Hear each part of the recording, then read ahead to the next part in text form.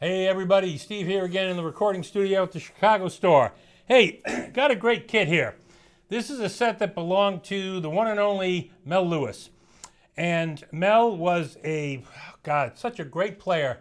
Let's take it back to the 40s, 50s, 60s, into the 70s.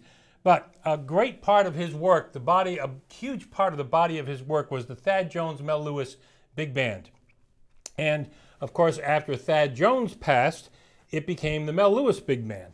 And after Mel passed, it became the Vanguard Big Band, with John Riley, a good friend of mine, sitting in the drum chair there. But the point of this video is that this particular set belonged to Mel. And it was a set that Mel had different artists. He was a Gretsch artist for a long time. And then later on, he became a Pearl artist. And this kit that you see here is one of his Pearl kits. 12 and 13 times 14 floor, 18 bass. The snare drum, 6x14, 6.5x14 perhaps it is.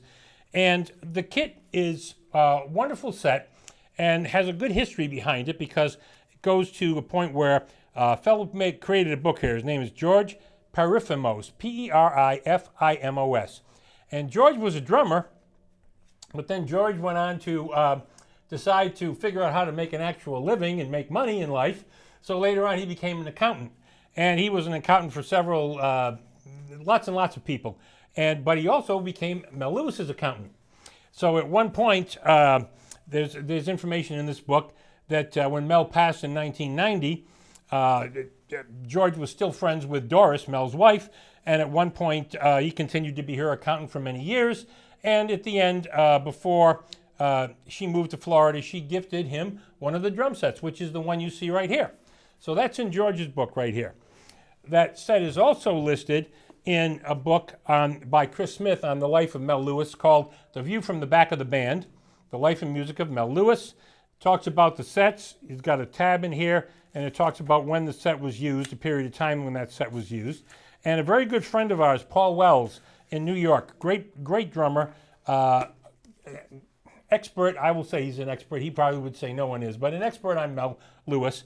He also helped to authenticate the set and helped to contribute to the book. So we've got these that will be included with it.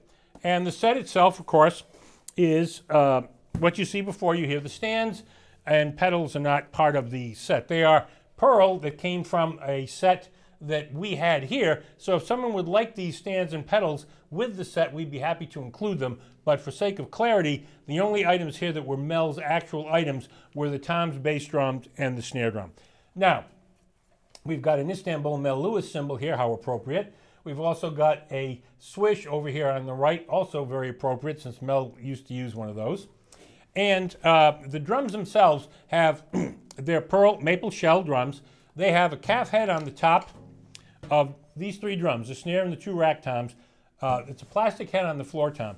There's calf on both sides of the bass drum. Mel was a very big fan of calf heads, but generally speaking, only on the top. Because if you have calf heads on the top and bottom, the humidity causes the heads to loosen. If it's high humidity, if it's low humidity, they tighten up, get tight. So the simplest thing to do is put plastic on the bottom and allow the calf to be on top. You can adjust it quickly. Now, in this case, there's calf on both sides of the bass drum. These are the original heads that came on it, and I do not want to mess with them. There's a little tiny bit of a hole in this calf head on the 12, which you'll see sometimes on older calf heads. Nothing on the 13, but I don't want to mess with these, tuning them up too high and goofing around with them and accidentally break one, because they're the ones that came on the set. Snare drum's got the calf head on it as well. So, it's a wonderful kit. We've got it up for sale. Again, Paul Wells out in New York was good enough to authenticate it. The kit had passed through the hands of my former employee who now owns my former shop in New York, Jess Burch, Good Hands Drum Shop. Good people. Go visit them if you're in New York. And so we've got this kit for sale, and I'm going to do a little playing on it. It will not sound exactly the way I would normally tune it, again, because I don't want to do too much with these calf heads, because the calf is a little bit delicate. You don't want it to break since they're the originals. So, enough out of me. We'll do a little playing here.